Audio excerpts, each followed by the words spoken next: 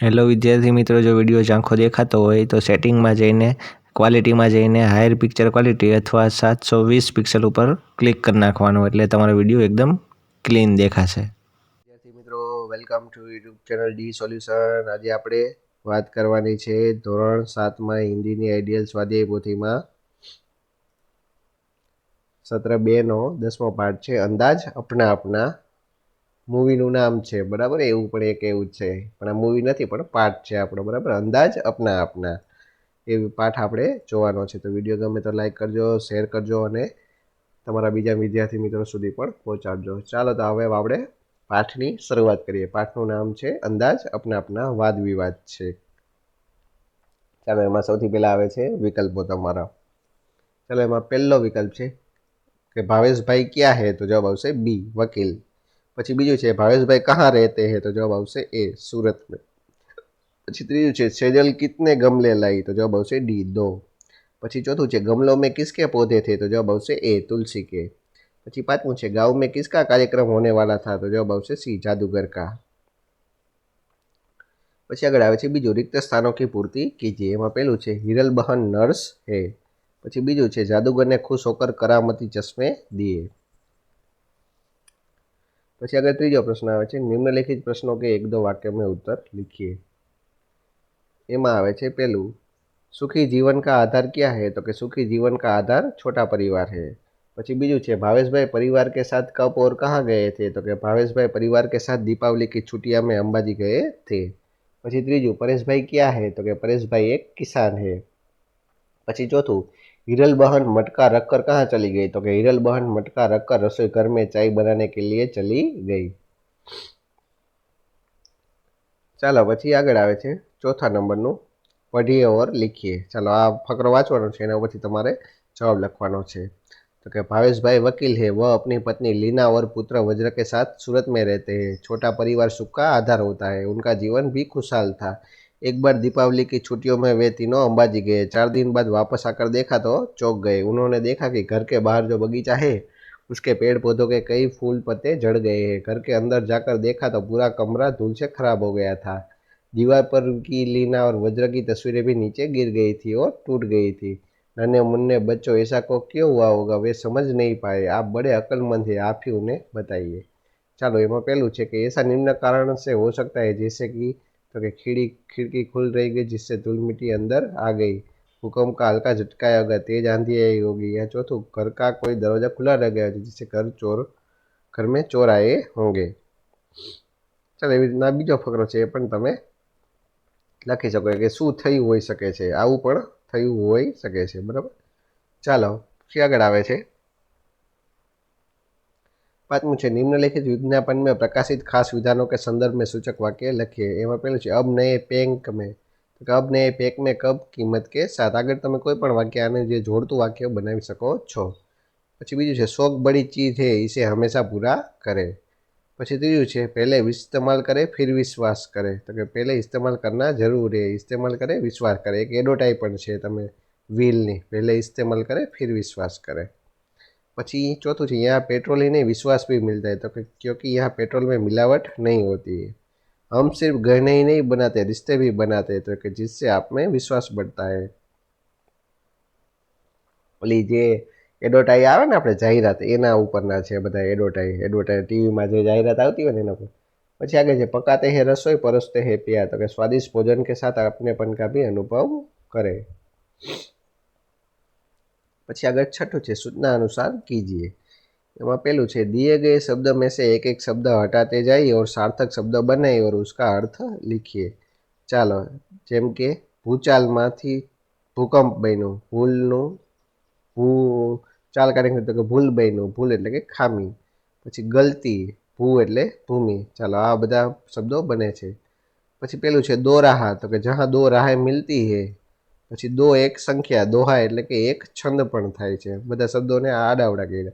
આરામ, તો કે વિશ્રામ. આરા એટલે કે લકડી કાટને કા ઓજાર. રામ, આરામમાંથી આ કાઢ નાખ્યો તો ખાલી બીજું રામ, તો કે અયોધ્યાના રાજા થયા. ભારત છે, તો કે ભારત શું છે, દેશ. હવે ભારતમાંથી ત કાઢ નાખો તો ભાર એટલે કે શું થાય, વજન. ને આગળથી ભા કાઢ નાખો તો રથ એટલે કે લીન થાય. પછી વિવાદ એટલે કે ઝઘડા. તમે આગળ વી કાઢ નાખો ને ખાલી વાદ હોય તો કે મત થાય એનો, બરાબર। चलो પછી બીજો પ્રશ્ન છે, નીચે दिए गए वाक्यों में से शब्द चुनकर नए वाक्य बनाइए। काजल ने देखा कि बिल्ली कुर्सी के नीचे बैठकर रोटी खा रही है।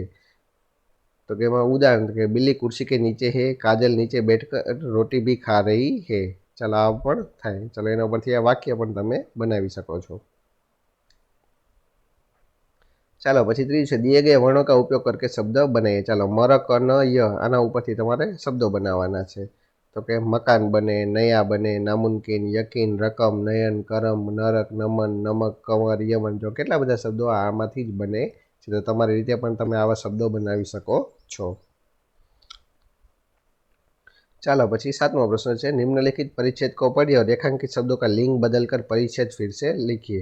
लिंग એટલે કે સ્ત્રી હોય તો પુરુષ કરી નાખવાનું, પુરુષનું હોય તો સ્ત્રી કરી નાખવાનું, લડકો હોય તો શું કરી નાખવાનું, લડકી કરી નાખવાનું, હિરણ હોય તો કે હિરની કરી નાખવાનું, ઘોડી હોય તો શું કરી નાખવાનું, ઘોડે કરી નાખવાનું, મોર હોય તો શું કરી નાખવાનું, મોરની કરી નાખવાનું, શેર હોય તો શું કરી નાખવાનું, શેરની કરી નાખવાનું, પછી હાથી હોય તો હાથીનું શું થાય, હથીની થઈ જાય, બરાબર। એને ફેરવીને પછી તમારે આખે આખો ફકરો ફરીવાર લખવાનો છે।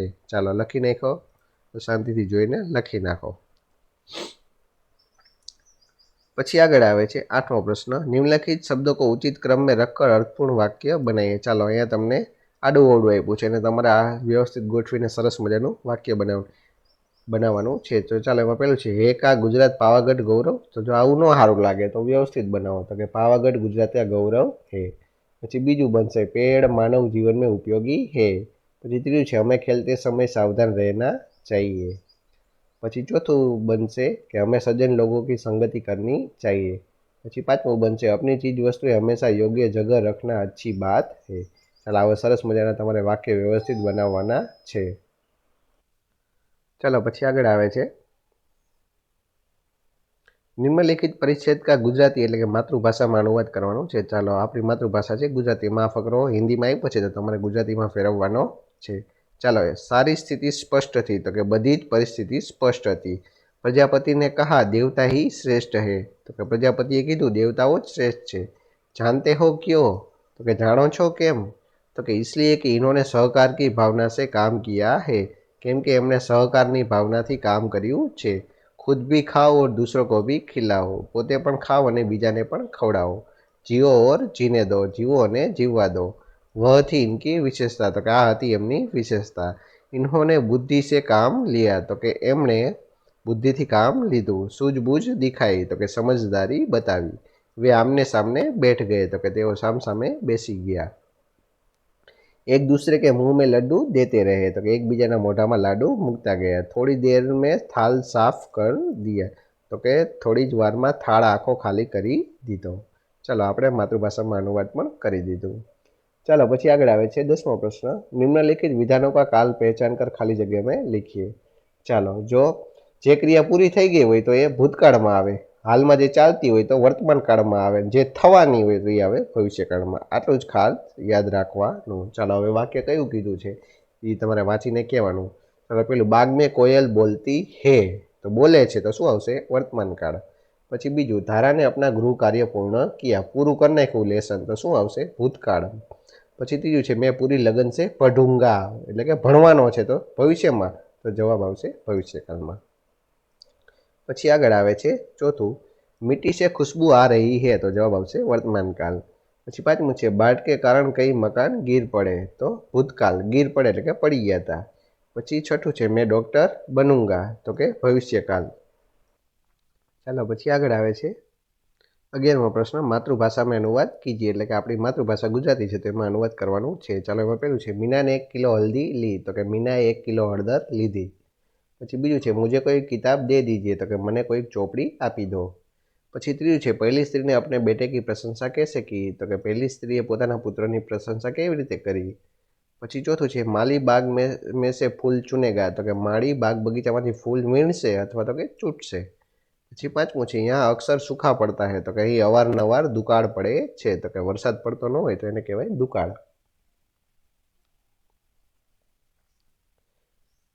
પછી આગળ આવે છે 12મું, નીચે दिए गए शब्दों को उचित क्रम में रखकर अर्थपूर्ण वाक्य बनाइए। ચાલો આડું અવડું આપ્યું છે ને વ્યવસ્થિત ગોઠવીને તમારે વાક્ય બનાવવાનું છે। કે સબસે ઉપર માનવતા હે, પછી બીજું છે કિસને રાંડે કો રોકા, પછી ત્રીજું છે યહ હિરલ કી પેન્સિલ હે, પછી ચોથું છે મેરા કામ પૂરા હો ગયા, પછી પાંચમું છે રાहुल चीनी लेकर आया। જે આગળ આવે છે 13મો પ્રશ્ન, निम्नलिखित वाक्य में योग्य विराम चिन्ह का प्रयोग करके वाक्य फिर से लिखिए। तो लड़के ने कहा, પછી વિરામ ચિહ્ન, પછી અવતરણ ડબલ અવતરણ ચિહ્નમાં મેં तुम्हें अपने बचपन की घटना सुनाता हूँ, પછી પૂર્ણ વિરામને ડબલ અવતરણ ચિહ્ન પૂરા। ચાલો એવી રીતના બધાય વાક્યમાં તમારે આવી રીતના લખી નાખવાનું છે, બરાબર। ચાલો તો અહીંયા તમારો પાઠ થાય છે પૂરો અને હિન્દીનો કોર્સ પણ થાય છે પૂરો। વિડીયો કેવો લાગ્યો તે કોમેન્ટ કરજો। હિન્દીના બધા વિડીયો મુકાઈ ગયા છે અને તમારા બીજા મિત્રો સુધી પણ પહોંચાડજો, જેથી કરીને એ પણ ભણી શકે। ચાલો તો વળી પાછા મળશું નવા વિડીયોમાં, ત્યાં સુધી જોતા રહેજો આપણી ચેનલ ડી સોલ્યુશન।